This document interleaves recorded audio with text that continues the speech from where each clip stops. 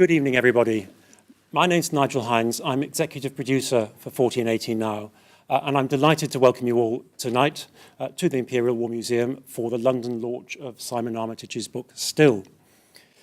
We were very privileged to be able to join with the Writers' Centre Norwich and the Norfolk and Norwich Festival to commission the book and the poems and the exhibition as part of a larger project, Fierce Light. And the commission has resulted in a quite beautiful book. It brings together images from Imperial War Museum's archive and Simon's poetry. And it's published by Enitharmon Press in partnership with Imperial War Museums. For those of you who haven't come across us before, 1418 Now is the cultural programme that forms part of the First World War centenary. And our aim is to commission extraordinary new arts experiences that connect people today with the First World War. And we work in partnership with arts and heritage and other cultural organisations right the way across England, Scotland, Wales and Northern Ireland, inviting artists to create works that engage with topics arising from the First World War and inviting audiences now to reflect on, engage with and learn about the lasting impact of the war on how we live today. So, examples of the kinds of other work that we've commissioned. Last Friday, the centenary, the first day of the Battle of the Somme, we marked by commissioning Jeremy Deller and Rufus Norris to make a piece called We're Here Because We're Here, which saw 1,400 volunteer participants appearing in authentic First World War uniform in public places right the way across the UK. And the public response to it was just extraordinary.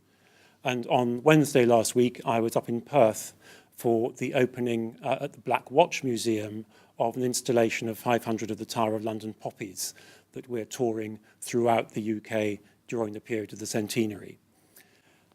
But poetry is hugely important to our understanding of the First World War. And much of our perceptions of the First World War derives from our knowledge of, understanding of, and appreciation of poetry that was written during and after the war by men who served in the war itself. So it was very important for us to invite poets to respond to the First World War from the perspective of 100 years later. And Simon has responded to the invitation and the challenge with wonderful power and originality, as we'll all hear later. So some thank yous now to our partners who helped with bring this project to life. Chris Gribble and Sam Ruddock from Writers' Centre Norwich and the Norwich and Norfolk Festival. Stephen Stuart Smith and his team at the Enitharmon Press. To David Fenton and Madeline James and the Imperial War Museum's publications for their enthusiastic support of the project.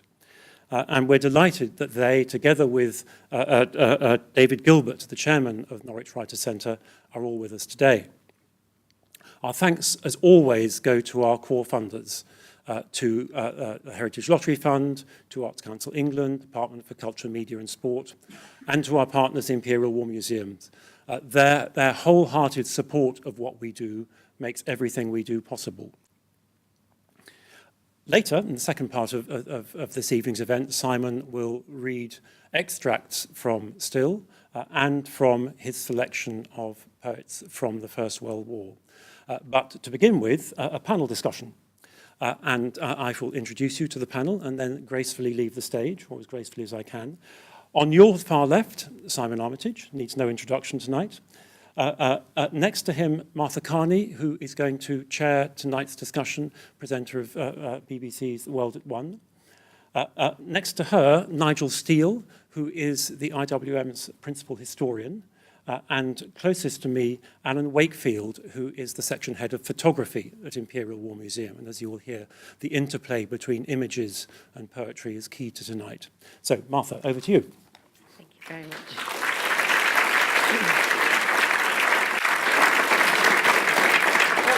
I'm going to be wanting to talk in a lot more detail about Simon's really moving, beautiful, touching book. But I thought it'd be interesting if we began at first a little more generally.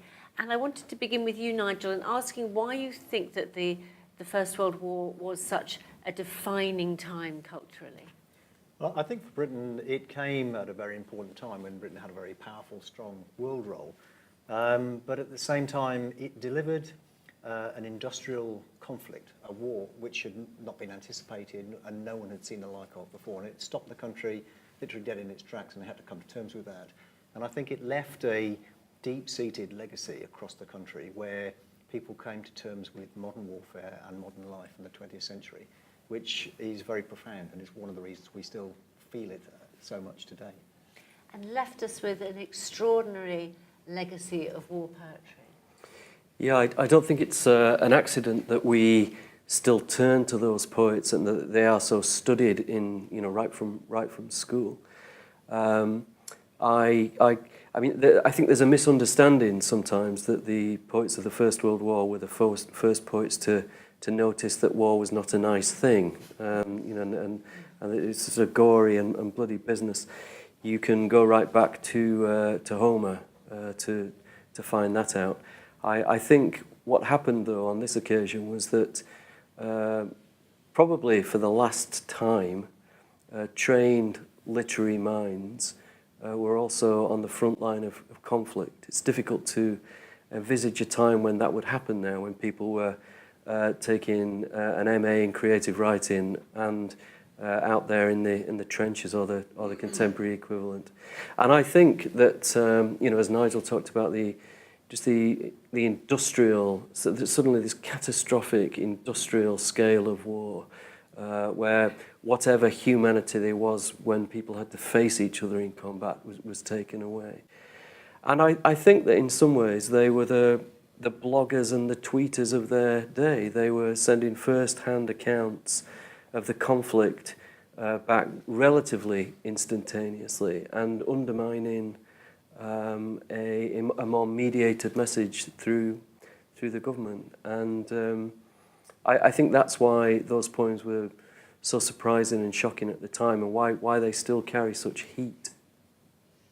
And still strike a chord with so many people now, as does the Battle of the Somme itself. We can tell by the recent commemorations and how much attention they got. I mean, the Somme is, I often say to people when we're talking about this during these centenary years, the Somme is the closest that Britain really gets to a kind of defining national moment within the First World War. We all know a lot about, say, Gallipoli for Australia and New Zealand, or Vimy Ridge for Canada, but the Somme is about as close as we get within the UK. And part of that is the fact that in August, September, October of 1914, tens of thousands of British men went forward and volunteered for a whole variety of different reasons. And they provided a direct connection from ordinary British communities, cities, towns, workplaces, social groups, right the way back to the Battle of the Somme. And they came literally face to face with this brick wall of industrial warfare on the 1st of July. And I think this is why it's a bit like dropping a stone into a pond. The ripples are still going back and forward across the water, and we feel that and respond that, and we don't quite understand it. And we're turning it over, trying to still come to terms with it very much, I think. But it's a very important moment, I think, that, and the rest of the battle, not just the first day, but the whole of the Battle of Somme, all 141 days, as something that marked a turning point in the way the nation related to itself and to the other countries of the empire and to everything. It was a really profound moment in our history. Alan, do you see it as a turning point as well? Yes, I was going to add to that, of course, this Battle of the Somme was the first event that was properly covered by photography and also film. So not only did you have the citizen soldier going to war, lots dying in the Battle of Somme, and the telegrams coming home, you also had the opportunity throughout the country to actually go and watch the film of the Somme, and also to see the photographs in the newspapers as well. So it really got the Somme really into people's psyche, I think, at that time. And when you first approached this project, Simon, I think I'm right in saying that you thought about making a film, but that was until you immersed yourself in the photographs that are in this very building. I'd made a film for the BBC called The Great War, an elegy to mark the centenary of the opening of the conflict, the beginning of hostilities. And I think, yeah, my inclination to begin with was to make another film. I do write a lot for TV, documentary, and I think that the poetry and documentary are good partners. But I couldn't really find what I thought would be the right visual. I said from the outset that I think we've become very familiar, in some ways all too familiar with the visual grammar of trench warfare. You know, we sort of know what that looks like. And I was trying to think of some other images that I could attach some writing to, and I was also looking for a spinal narrative that might take us through, you know, the months of the Somme conflict or the landscape of the Somme conflict. I had a couple of meetings with Nigel, and he brought lots of maps, and because I'd never been out there, I still couldn't really get a grip on it, and until Nigel mentioned this particular road, the old Roman road from Albert to Bapaume. And it suddenly seemed to me that this, in its direction and its distance, was a vector and a compass bearing that sort of told the story of the attempted British push, the Allied push during the Somme. So that became the template for me at that point.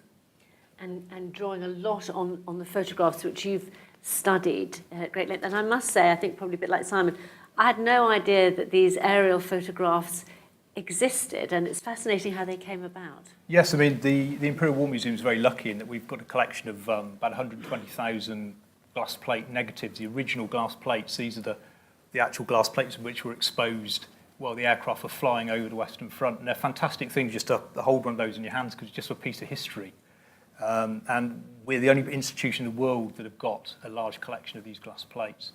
And of course, aerial photography was a very new science in the First World War. Photography itself was pretty new, wasn't it? Yeah. I mean, the Royal Flying Corps went to war in 1914 with 5 handheld press cameras to take aerial photographs. And within a year, they had a really good standard aerial camera that you could take really good detailed photographs from 10,000 feet.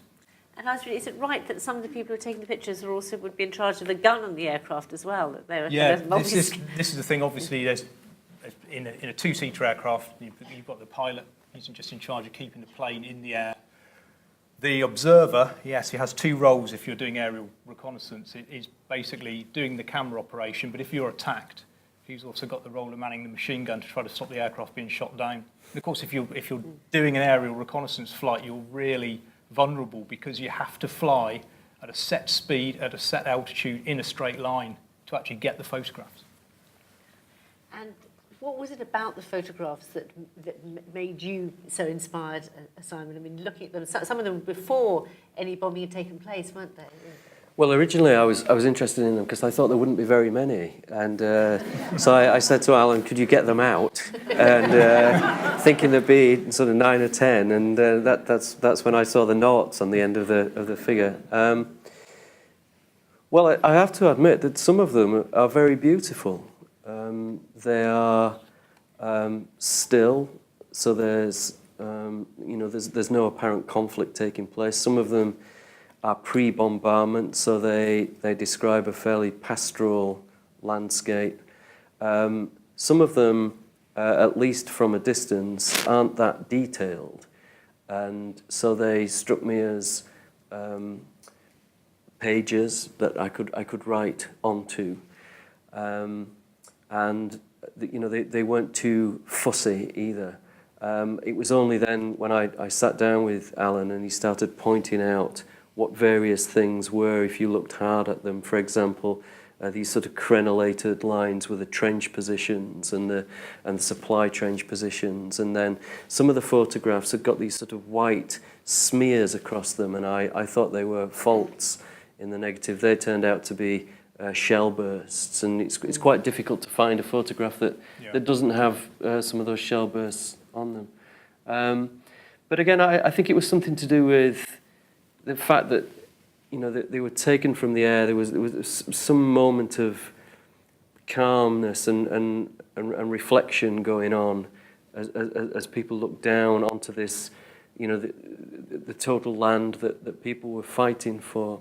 There are also photographs in there which the people who know about these things call obliques, which are taken at, I suppose, 45 degrees down towards the horizon.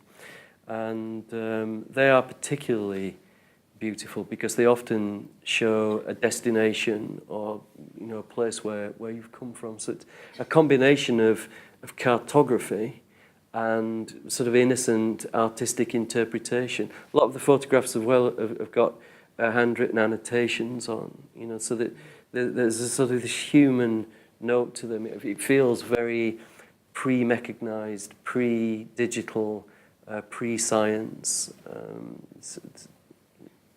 And the countryside itself also has that feel that when you look at some of them, you see the little patchwork of fields, which look very familiar because northern France would have been very like a lot of England, a lot of Britain. I think it would have been very familiar to a lot of the British soldiers, and they would have felt quite reasonably at home there. But one of the interesting things about both the aerial photographs, but also the panorama photographs, the long, wide shots of landscape, is that they often look empty. But in fact, you're looking at a place where there's hundreds of people hidden, all out of sight, trying to stay undercover. And it's one of these things where you know that there are people in mortal terror sitting in this photograph, hiding away, literally keeping their head down. But the landscape of the Somme is a very interesting place, I think, because we are so aware today of what happened there and how every yard is racked with pain and with casualties. And yet you go there and it can be at different times of the year incredibly beautiful for different reasons, and you get rivers and you get crops blowing and you get natural features and then you get these artificial features, and it's a fascinating place just to move around and see the landscape as well as investing it with a historical knowledge as what actually happened there. And from a military historian's point of view, what do the photographs tell us about the kind of warfare that was taking place? Well, you can obviously see the actual flow of the battle across the landscape. As Simon said, you actually get the pre-bombardment photographs, and then you can see as the advance goes forward that the landscape gets more and more just destroyed as we actually go forward. But they were very important because obviously from those aerial photographs they were also able to make detailed maps. So the maps and the photographs all sort of tie in and go together. I mean, along with those panoramic photographs as well, which were, again, they were done for intelligence purposes, but the actual detail in them of the landscape is again, said they are quite beautiful in a way. No, I was just going to say that the first time I saw the panoramas, Alan unrolled them in the office, and they were, you know, sort of 3/4 the length of this stage, some of them, and sort of gummed together. You know, this is pre-iPhone camera time. There's no sort of panorama option, and I think I'm right. I'm saying, correct me if I'm wrong, but they were taken sometimes from trench positions on sort of periscope type things. Just selfie sticks. Yeah, selfie sticks. You know, with a view to see where to go and what was out there, and they're very often images of trees and flowers and bushes. But as Nigel said, there's another story hiding within that landscape. And that echoes very much your poetry, because you've combined the pastoral with the military, and you talked about the Roman road, and you know, I'd have thought if you were drawing on Virgil for many of the poems, or for all of the poems, and you know, the obvious poem to have picked on would be the Aeneid. You know, Armorumque, I know the first lines I sing of arms and the man, but you've gone instead for the Georgics, poems which I love. But I'd seen them very much for the pastoral idyll without really thinking too much about the fact that Virgil was, of course, living through civil war, and that's what you've brought out, isn't it?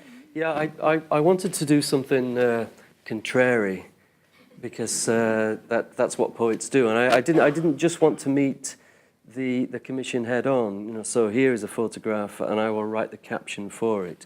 I suppose what I was interested in was the idea that that we somehow have to translate commemoration itself, that we've got to a stage now where there are no living memories of this occasion. And as it becomes dim and distant, in the way that we have to translate old poetry, we somehow have to translate our reaction to it and find a contemporary equivalent.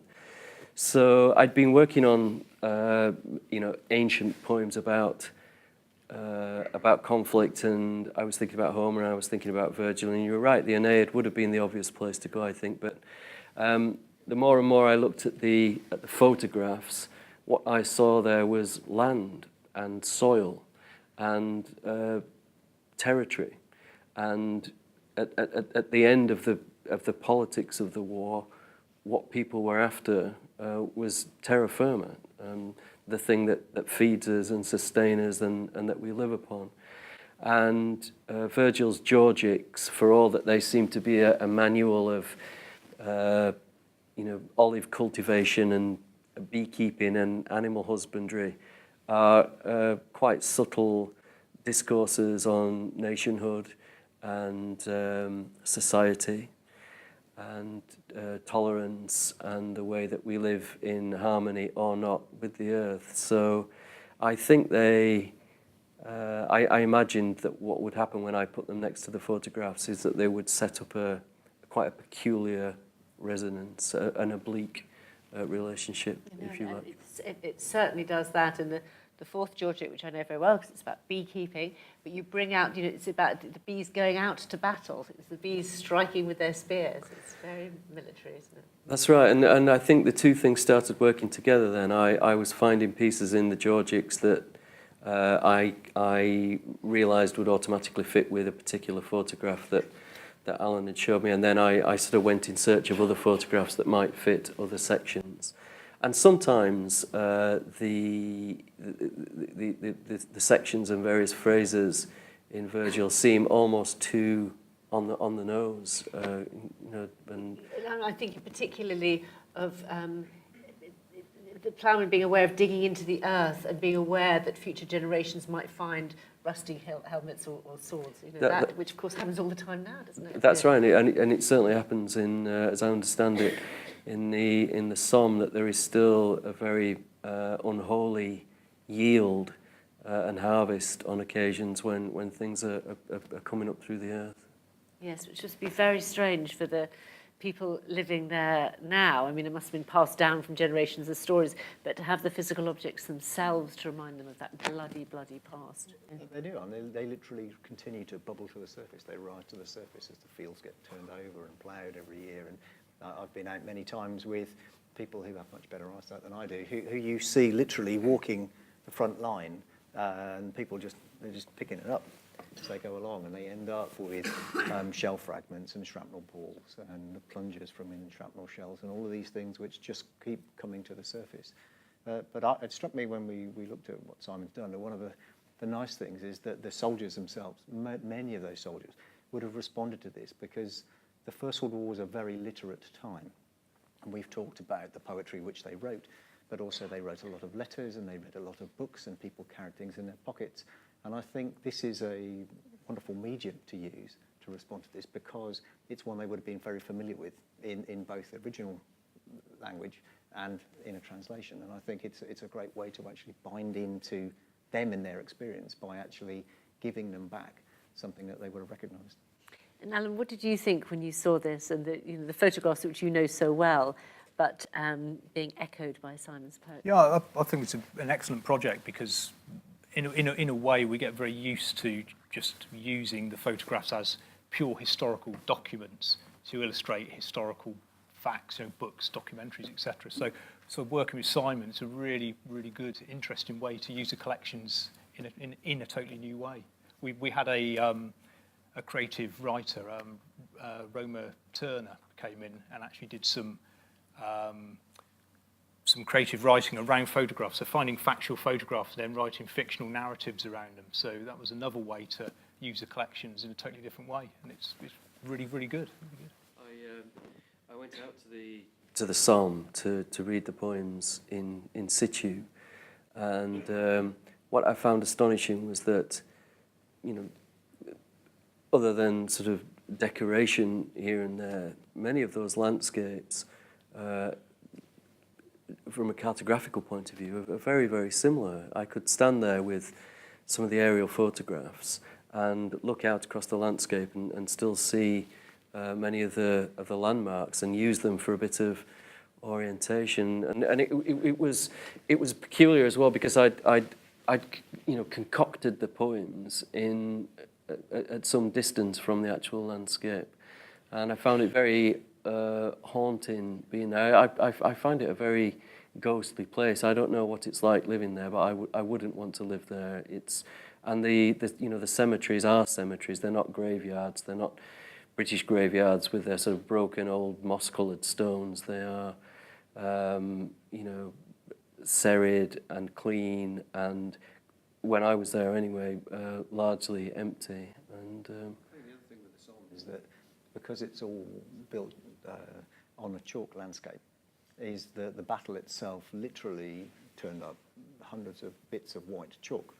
And if you go at the right time of the year, between the end of the winter, before the crops start to grow, you can literally still see the trench scars. And there are certain places where, if you have your map and your trench map, and you can see that down into the valley and climb up on the other side, when you look very carefully, you can still see the chalk scar climbing in exactly the same way. And so the landscape itself is still scarred by this event of 100 years ago, and is not recovered. And it throws us up every year in its annual cycle as it goes through it all. And I think that shows the profound impact that this event, historical event, had upon the people and the landscape itself.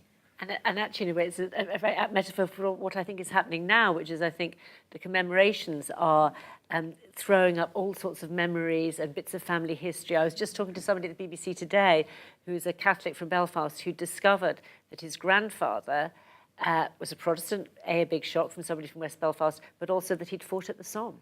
You know, and it's just that sort of sent shockwaves through his family. I think people aren't they? They're talking to their grandparents or their parents and trying to get sort of more and more kind of memories of what happened then. And that goes to say it's the same from across the whole Commonwealth. I mean, the Somme is the coming together for the very first time of this huge imperial army.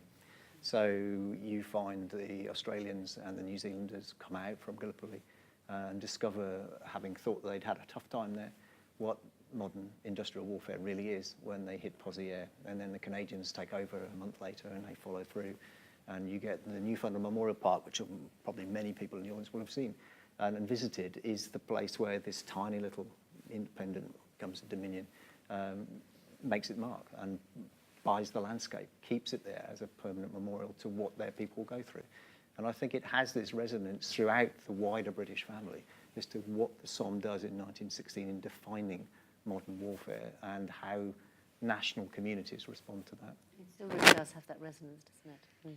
it absolutely does. And I think the other thing that happens if you do go out there, I mean, all the names that Nigel reeled off in the beginning, all those place names, to me that they've always been just names, I suppose, in the way that the names in the Bible, until you go to the Holy Land, don't really make a whole lot of sense. And suddenly I was stood amongst places that I'd read about. And in some ways, I think for my generation, the First World War had come down as a legend, really, through grandparents. My Uncle Bob fought in the First World War and survived. He was gassed. But when you know, on the very rare occasions he told stories about it, it seemed to me, I mean, he could have been talking about Narnia or Game of Thrones, or not that he knew about Game of Thrones, but it was, you know, it didn't seem, it never seemed real. And I think if commemoration can do one thing, that idea of just reminding us of the realness, I won't say the reality, but the realness of those events, I found that very sort of profoundly moving. I felt that was an important thing to do. Well, I think you certainly managed to achieve your ambition of translating commemoration, a wonderful phrase, and you're going to read for us now. So, and we'll vacate the stage in order that you can do that. Thank you very much.